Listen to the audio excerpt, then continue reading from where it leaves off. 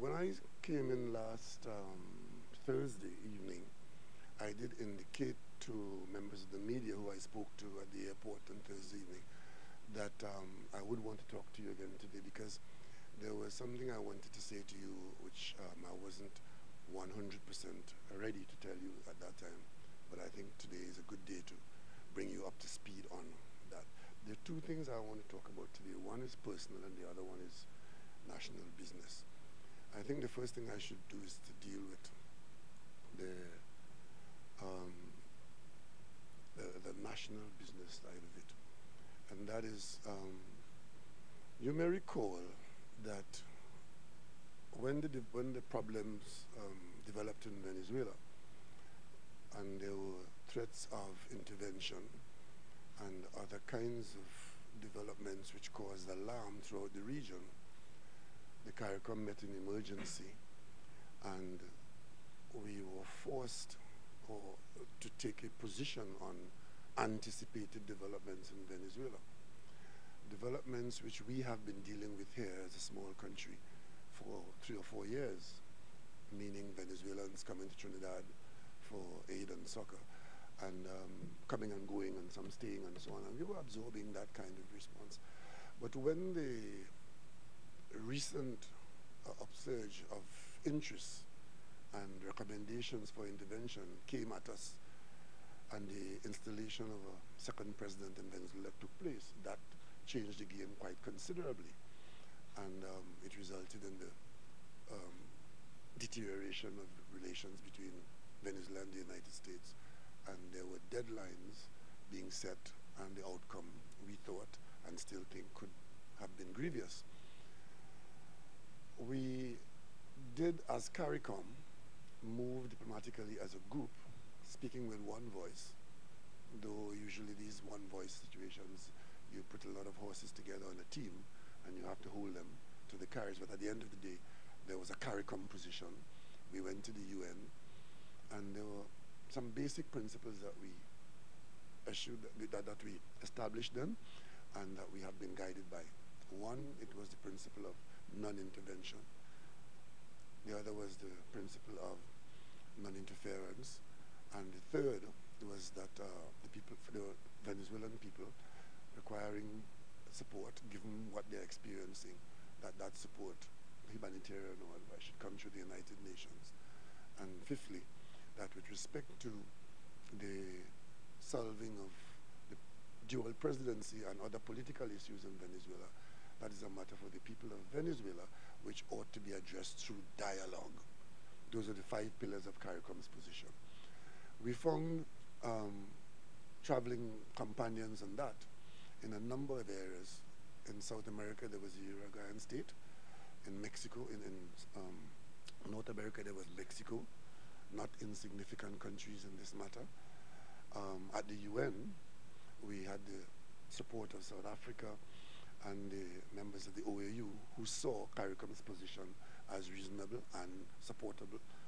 We had other positions being advanced almost immediately after, the most important being the position of the European Union, who at that time, at the height of this crisis then, had indicated an 8-day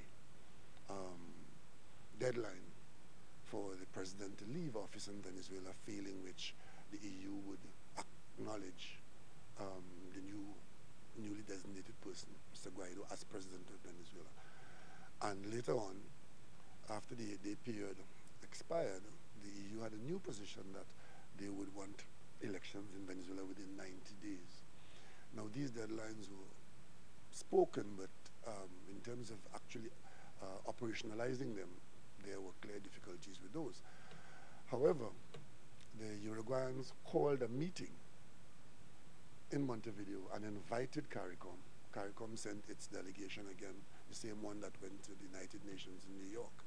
That delegation went representing CARICOM to meet with Uruguay and Mexico in Montevideo.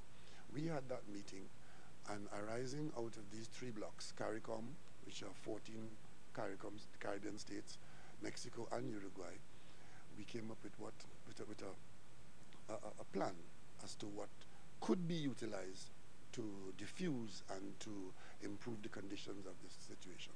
and it was called the Montevideo Mechanism. So we signed on to that and made that public. At that same location, at the same time, later in the day, the EU delegation, which was now the EU contact group, because the EU established what they call a contact group to speak to the parties involved in all of this. And they came to Uruguay, met with the Uruguayans who spoke for the Caribbean in that mechanism that I just mentioned. And the EU brought a slightly different and improved position. The position that they brought was that the humanitarian aid was required in Venezuela, and it should be done, proposed to be done through the UNHCR. Again, understanding that the UN is the body who should, in an unbiased and unpolitical way, treat with humanitarian conditions in Venezuela. But of course, that would involve the acquiescence of the government of Venezuela. That would be the UN's yardstick. And of course, the EU spoke about elections without a deadline. They spoke about the need for new elections, but there was no deadline put on it as was there before, the 90-day position and so on. Because the discussions had shown that meeting and dialogue without conditions offered the best chance for progress to be made, because the conditions as being set could themselves become triggers for undesirable activity. So that was the situation up to Uruguay. As soon as I got back from Uruguay, in keeping with Trinidad and Tobago's position and CARICOM's position, in which Trinidad and Tobago is subsumed, we maintain that we are neutral in this matter. We have no horse, we have no preferred president, but we are sticking with the principles which allow us to acknowledge the government in Venezuela, to acknowledge that there's a political problem, to acknowledge that the US has its position, and Mexico and Canada and so on, and we are neutral and able to and willing to talk to all parties. Since then, that meeting in Uruguay, two things happened. We met after one meeting was cancelled, and we had a meeting lined up to talk to the Guaido people at their request, with our doors being wide open, and that meeting was cancelled. But subsequently, another meeting was set up, and that meeting took place in New York between our personnel to our mission and their personnel. And the contents of that meeting were fed into headquarters here in Trinidad and Tobago, and CARICOM was informed.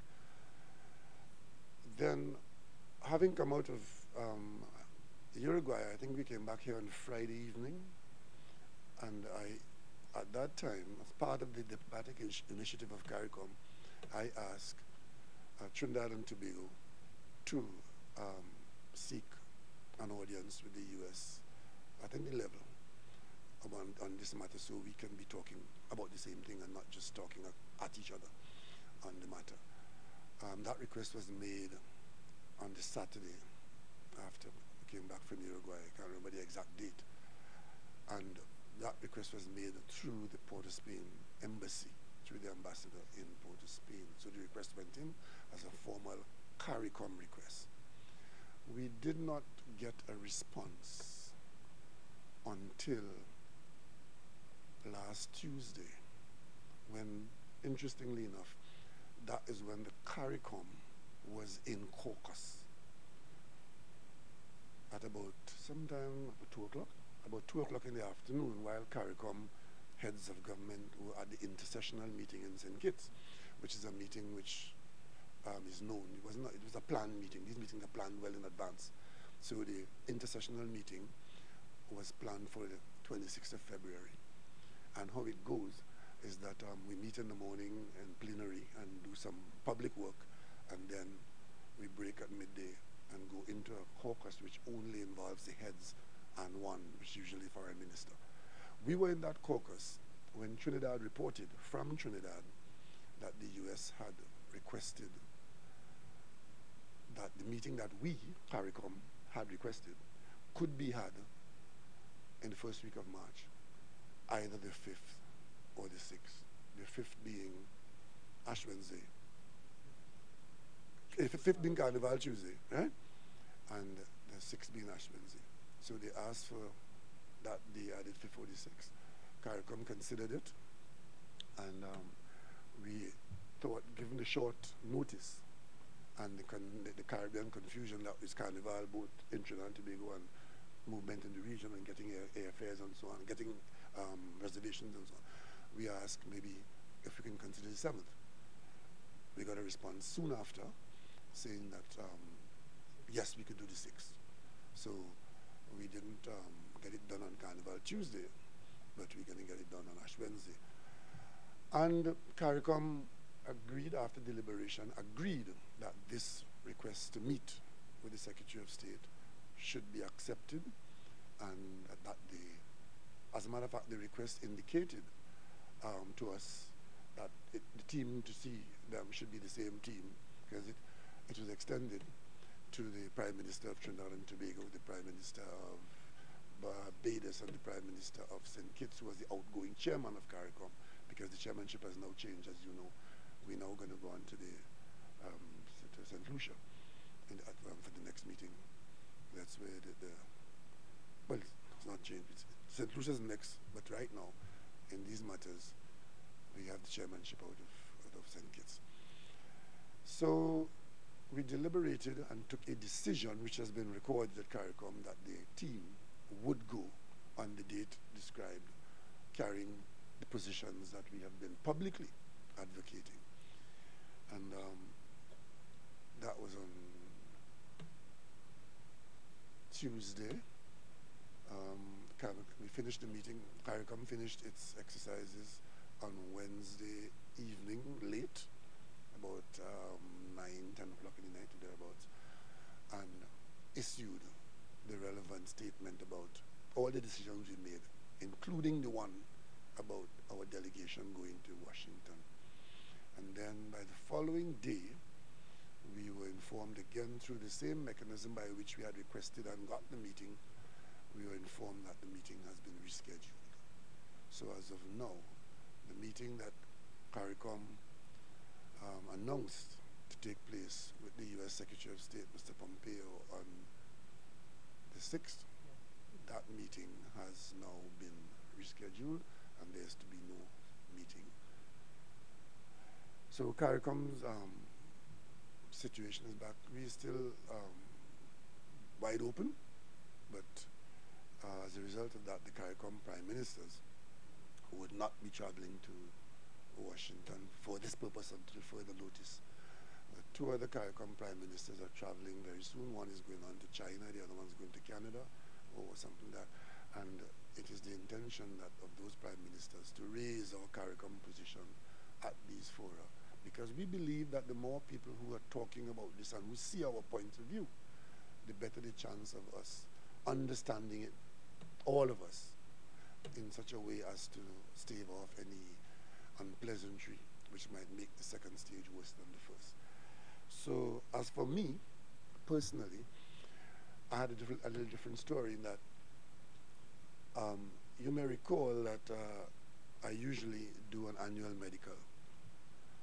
And for the last 2.5 or so decades, I would do an annual medical to determine what effect the political arena was having on my person. I've had pretty good results over the years, and as I get older, you start to get some little things appearing which you have to pay attention to. I did speak to you sometime last year, or 2017. No, it was 2016. How time flies. It was 2016. I first spoke to you when I had some alarm with respect to a prostate problem that appeared to require some kind of attention and certainly some investigation. I went to California, where I've been going for the last 25 years, to my doctors there, and I did some very detailed examination. And on return to Trinidad and Tobago, I did report to you the state of my prostate health, and I did call on the men of this country to do likewise once you are above age 40, because statistically it shows that especially men of Afro genetic makeup prone to having serious prostate occurrences. So I've been managing that so far. I have had nothing, no alarm, and that was good news. But something happened in 2016 when I went to do specifically that prostate examination. Because I was in this institution that I was in, I took the opportunity to do a coronary scan, only because I was there and it was available.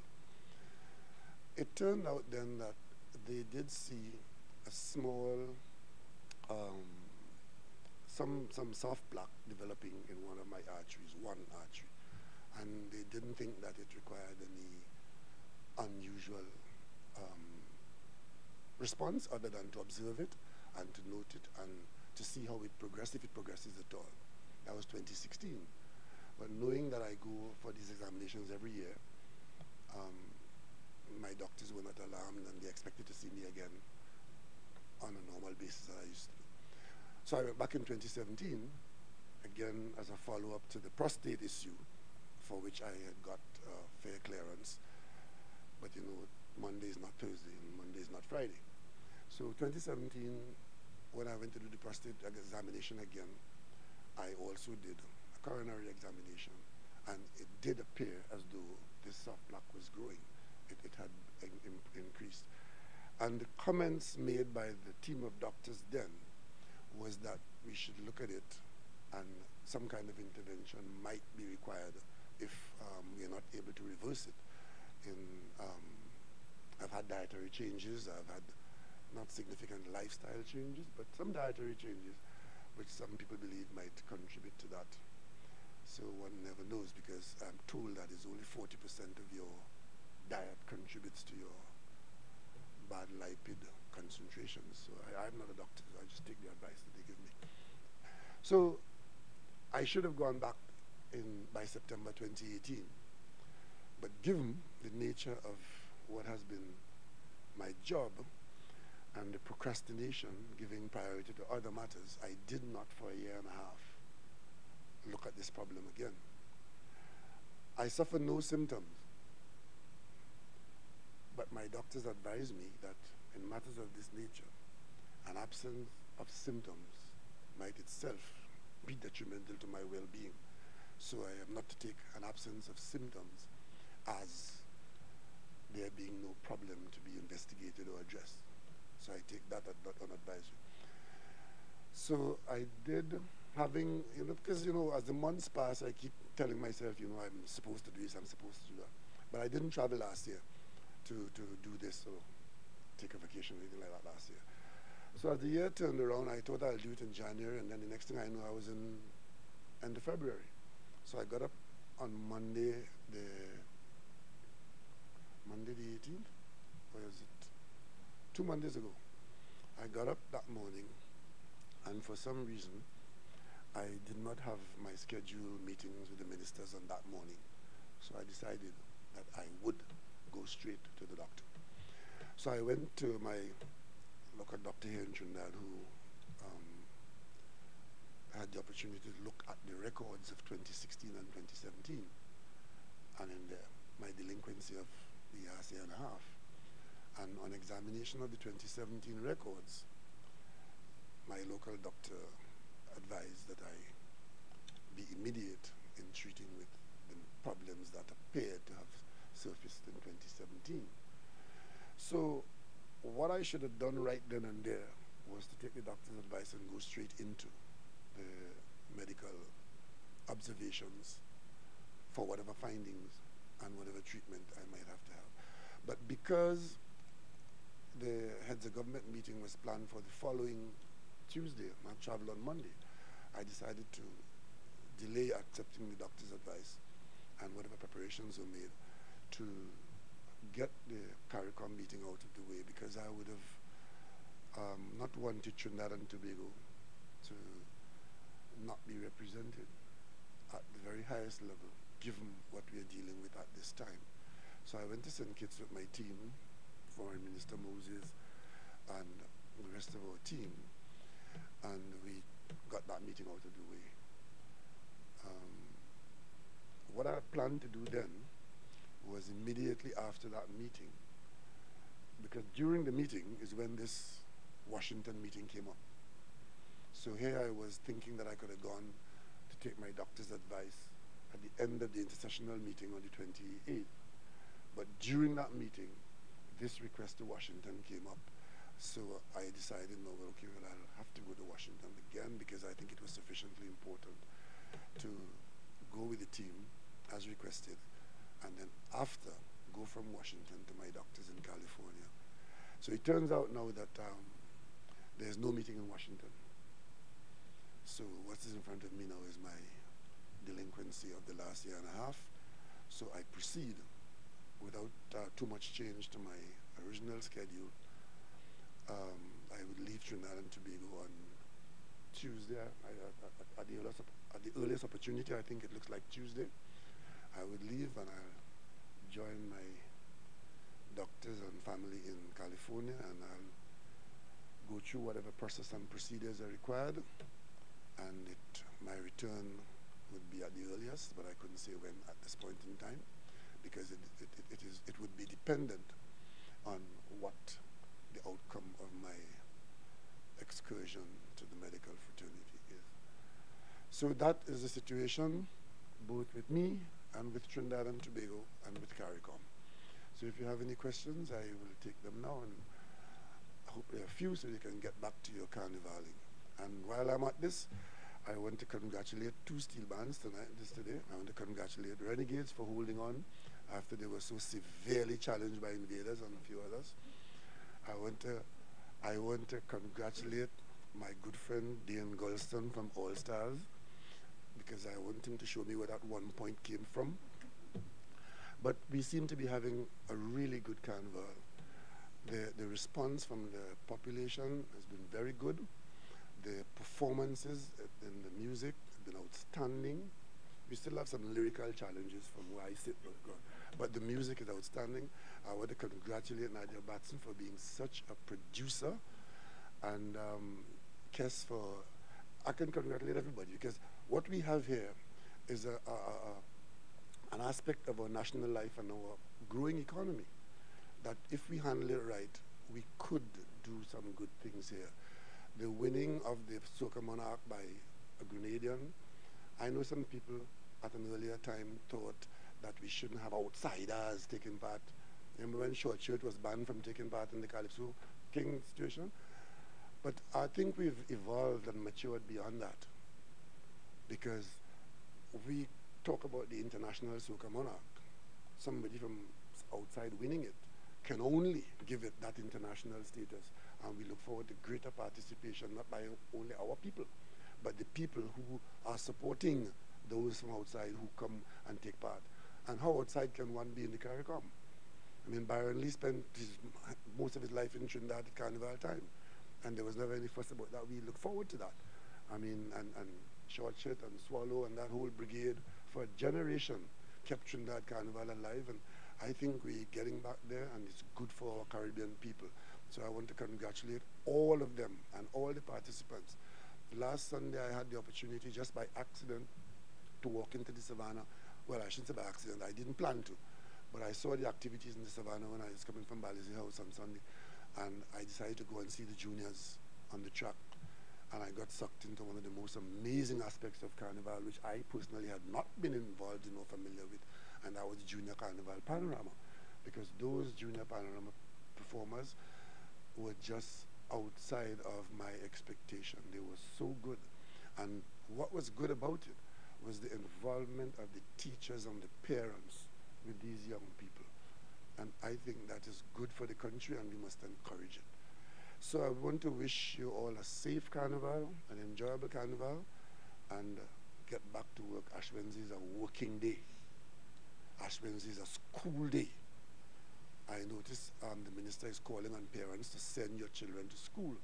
As MP for Diego Martin West, it was something that always used to aggravate me, that I go to the schools after the week, after Carnival, and children are not in school as they should be, because the parents keep them home for some reason. Carnival is over at midnight on Tuesday.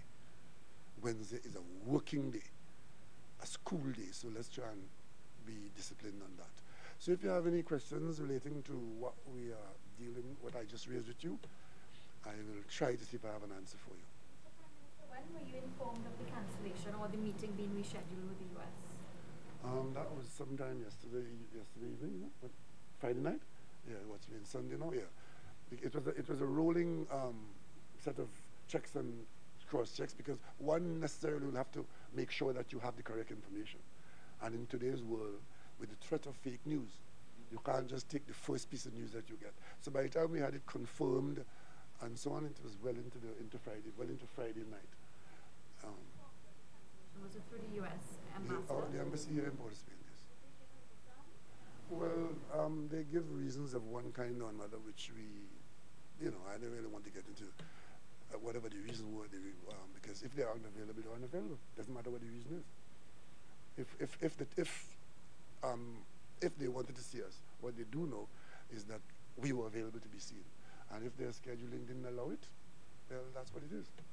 So you're somewhat disappointed that this meeting will not come off? So as to articulate the decision? It's not a question of disappointment. It's a question of that it's a tool. It's an area of common ground where once we keep talking, it is our view, nationally, Trinidad and Tobago, and at CARICOM, that once we talk these issues, the pathway towards a peaceful and sustainable outcome is where it's going to end up.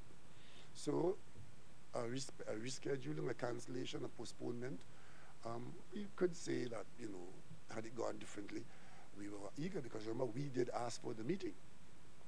But when we didn't get a response, we didn't roll over and say, well, that's the end of it. We kept that saying that there's an issue here. Set another date. Well, we hope that another date would be set at some time with some persons, because we talk to a lot of people.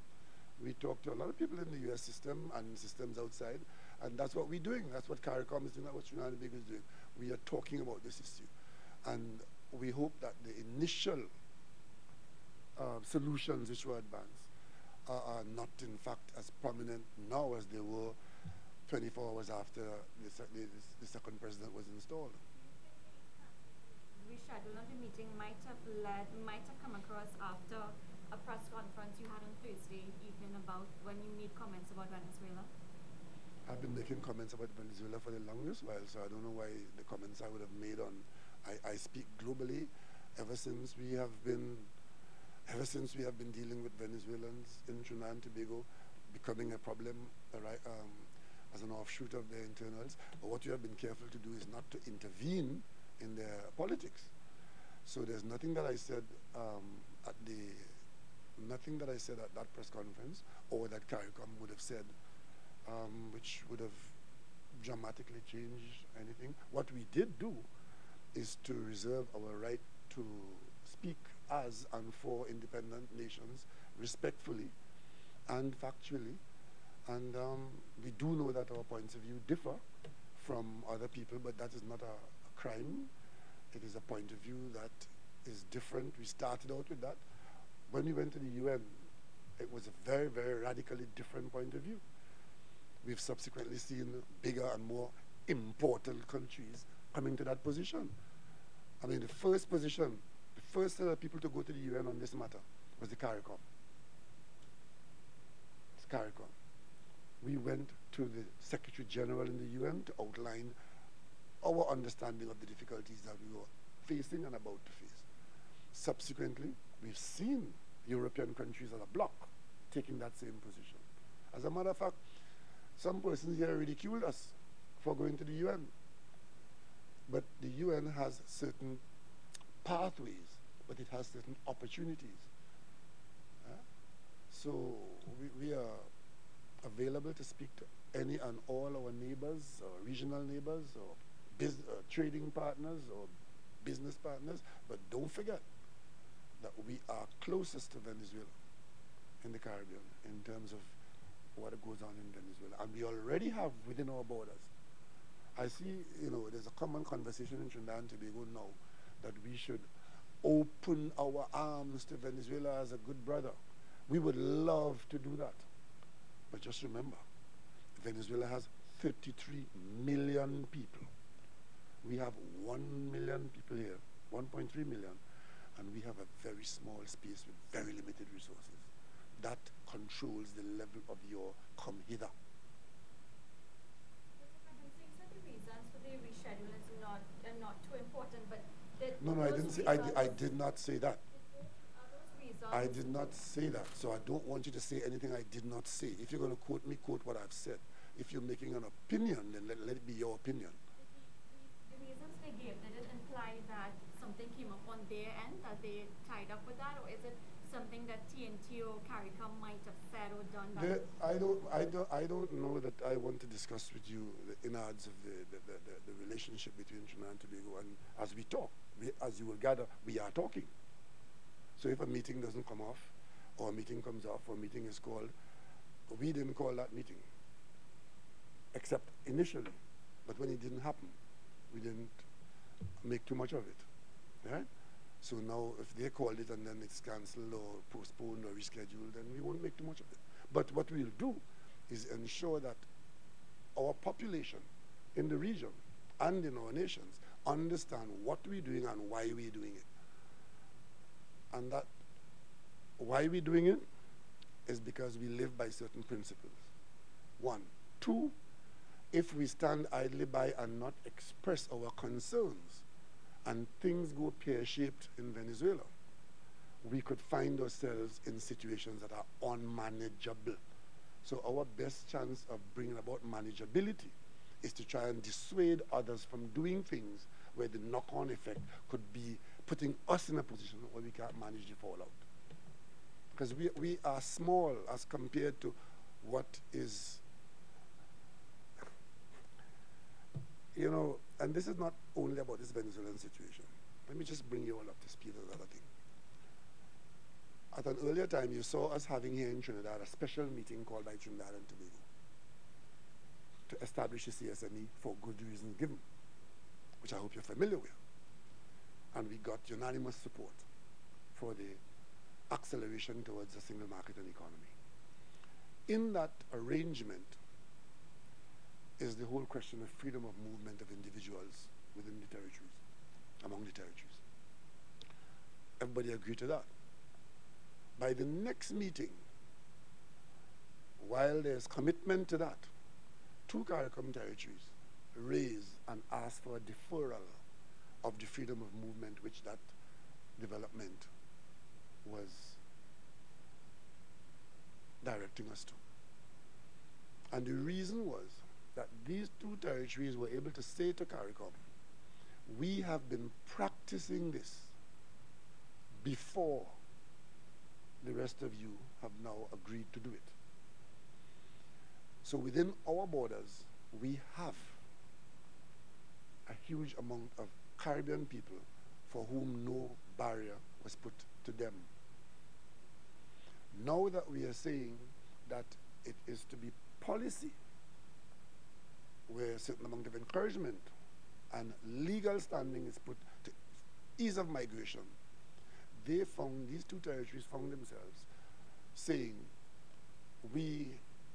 this may generate within our borders, and in some instances have already generated concerns about the balance of the population within their borders.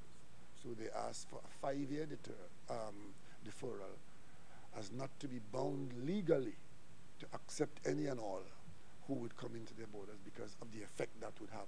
And this only arises because of this size.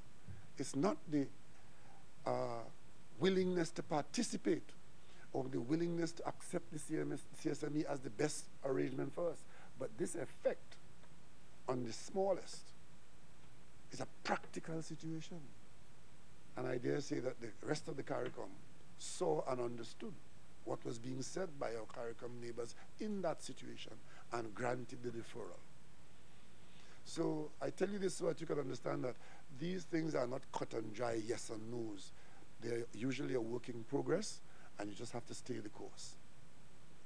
So I wanted to ask you on a different note, given the condition, given the coronary's issue that your doctor mentioned to you. What was your reaction to it when you were told that you needed that further intervention? Were you worried? My reaction to it is that I'm in my 69th year. I'm not as young as I used to be. There are benefits. There are benefits in being at my age, but there are also downsides. So it comes with the territory. When something like this is said, particularly from a leader like yourself, I mean, there's a lot of people will be naturally concerned about the state of your health and what this could mean. Why should they be glad? No, not worried. Worried about it. You know, whenever one of our, just like it was with Mr. Manning when he had his kidney issues, they were very worried about it. There was a lot of people were worried about it. So there's a woman here. But you know, nothing is new. It's basically this is what I'm telling you is what's going to happen. I'm at that juncture, but I'm sure that you would have read the headline sometime earlier on the Express that I had some kind of cancer, and another one that as a matter of fact, you know, I take this in stride. Going forward, there was a time when I didn't have any such condition, and as I said, I have no symptoms that's slowing me down or causing me to think. But I have to be aware. The modern technology allows one to be aware of what is happening with you. And what I've done already is being a little delinquent. I should have gone back to do this test last year, September. But that was the budget time and so on and so on. And then I put it off until after the end of the year. It never happened. And then we started the year. We had the Petrotrin situation. After the budget, we went straight into Petrotrin. So my presence, I thought, was required to guide that to a certain location. So I really should have done that last year. So when I look back now and realize it's a year and a half, I really didn't take the advice that I got in 2017. So I'm going to take it now.